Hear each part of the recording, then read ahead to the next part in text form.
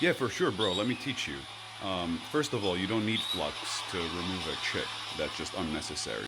See, flux is only good to remove the oxidization off of the metal so that there is no surface tension, so you get a clean, solid, hot weld. There's a difference between a cold joint and a hot joint. The hot joint is done well with flux. A cold joint is without flux and you have surface tension and it doesn't really attach because of the oxidization. So you started it off completely wrong.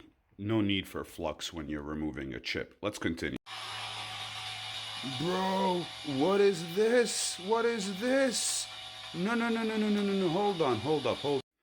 You do not ever spread solder paste in that fashion. Never do you ever do that. Ever. You never put the solder paste around like this because you will see in your video this solder paste has little balls. What is solder paste? Solder paste is solder that is in paste form and it's metal. What are the little metal pieces? They're little small particulates of the solder. So all of these little balls are now everywhere all over your board. And you'll see why that was wrong in your own video. You did it yourself.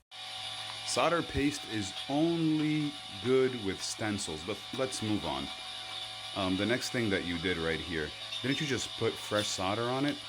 Why are you wicking all the solder off the pads?